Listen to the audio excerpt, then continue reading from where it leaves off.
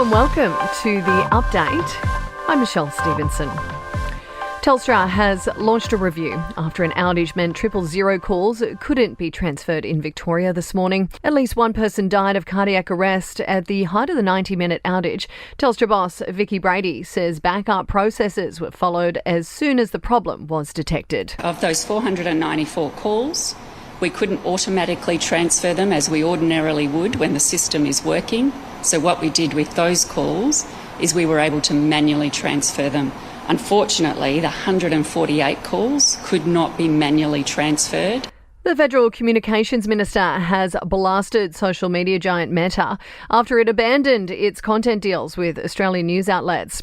Facebook is winding down its news feature in the US and here in Australia, saying it will not enter new agreements with outlets when they expire in April. Minister Michelle Rowland says it's a dereliction of responsibility. The decision undermines the viability of a healthy, democratic, open media. It removes a significant source of revenue to Australian news media publishers. Both sides of politics are gearing up for a tough battle ahead of the Dunkley by-election. The Melbourne seat was held by the Liberals from 96 to 2019, but is currently held by Labor, with polling suggesting that the coalition could secure a swing of about 5%.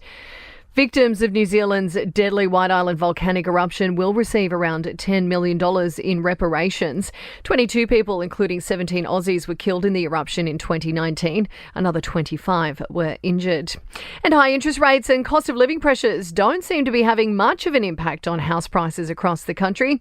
New data shows all capital cities have recorded a rise in values except for Hobart. Sport and entertainment are next. To sport, and Alex de Minaur is through to the semi-finals of the Mexican Open after beating Stefanos Tsitsipas in 3 sets. And Melbourne is hosting the Rugby Super Round this weekend with all 12 Super Rugby teams in Victoria. In entertainment news now, and Pink has been packing in the sightseeing while she's in Perth for the Australian leg of her summer carnival tour. The 44-year-old singer has been spotted enjoying a yacht ride with her family, as well as TV star Rove McManus. Now, there are rumours that Elton John may be planning on expanding his enviable property portfolio to Sydney.